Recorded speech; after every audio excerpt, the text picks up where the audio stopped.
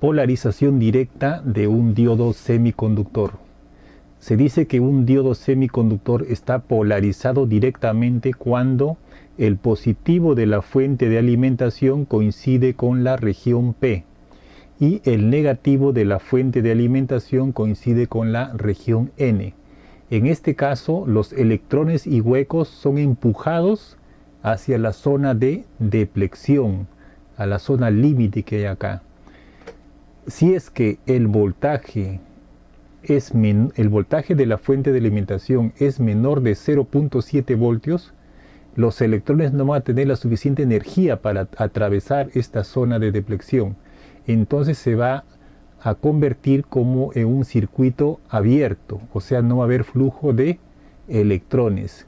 Si el voltaje de la fuente de alimentación es mayor de 0.7 voltios, entonces los electrones van a tener la suficiente energía como para atravesar esta frontera y circular desde el negativo hasta el positivo.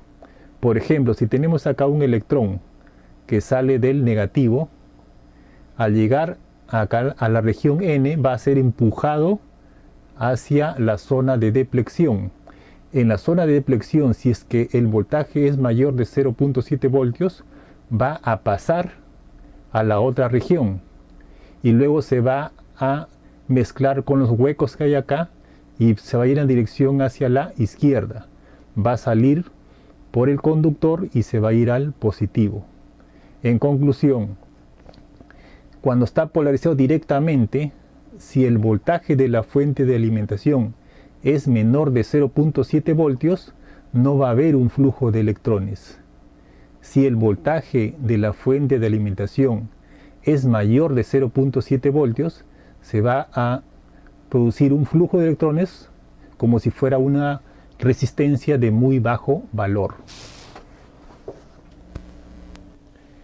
Polarización inversa de un diodo semiconductor. Un diodo semiconductor está polarizado inversamente cuando el negativo de la fuente de alimentación coincide con la región P y el positivo de la fuente de alimentación coincide con la región N. En este caso, como ustedes saben, positivo con negativo se atraen. Entonces, el negativo de la fuente de alimentación va a atraer a los huecos que hay en esta región P, a esta zona, y los huecos van a ser atraídos por los electrones, se van a juntar en esta parte, o sea, los huecos se van a ir hacia un extremo y los electrones hacia el otro, de tal manera que esta zona de depleción se va a ampliar, o sea, va a ser bien difícil de que los electrones puedan pasar esta frontera.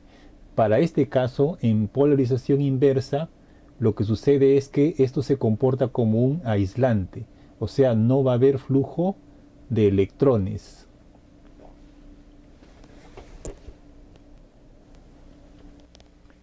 Curva característica de un diodo semiconductor. Aquí lo que vamos a ver es un resumen de lo que hemos visto anteriormente, sobre la polarización directa y la polarización inversa. Habíamos dicho que en polarización directa, cuando el voltaje es menor de 0,7 voltios, la corriente es pequeña. Cuando el voltaje es mayor de 0.7 voltios o voltaje umbral, entonces la corriente se va a disparar, va a aumentar la corriente.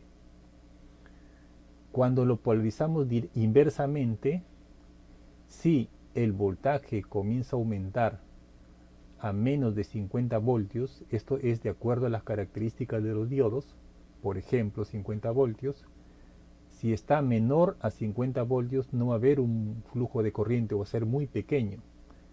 Cuando sobrepase estos 50 voltios o voltaje de ruptura, entonces aquí se va a disparar la corriente. En el gráfico podemos ver en resumen de que si en polarización directa, a partir de 0.7, la corriente se dispara. En polarización inversa, a partir de 50 voltios aproximadamente, la corriente se dispara también.